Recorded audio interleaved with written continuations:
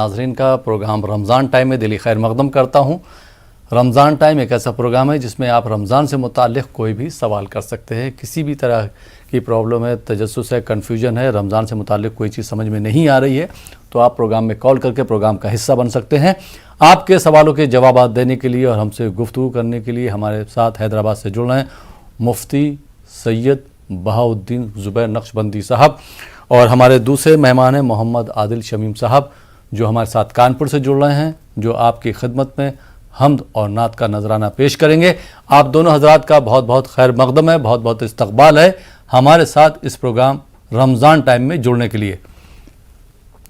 جی عادل شمیم صاحب، سب سے پہلے پروگرام کے آغاز میں آپ سے درخواست کروں گا کہ ہمارے ناظرین کے لیے ایک اچھا سا کلام پیش کریں، ایک اچھی سی حمد پیش کریں۔ عادل شمیم صاحب۔ السلام علیکم ورحمۃ اللہ تعالی وبرکاتہ۔ وعلیکم السلام ورحمۃ اللہ وبرکاتہ۔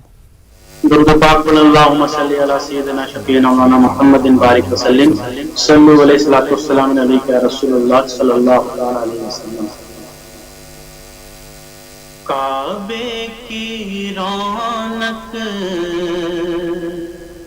کعبے کا منظر، کعبے کی رونق، کعبے کا منظر، اللہ اکبر اللہ اکبر، کعبے کی رونق، کعبے کا منظر، اللہ اکبر اللہ اکبر، تو دیکھے جاؤں برابر، تو دیکھے جاؤں برابر، اللہ اکبر اللہ اکبر،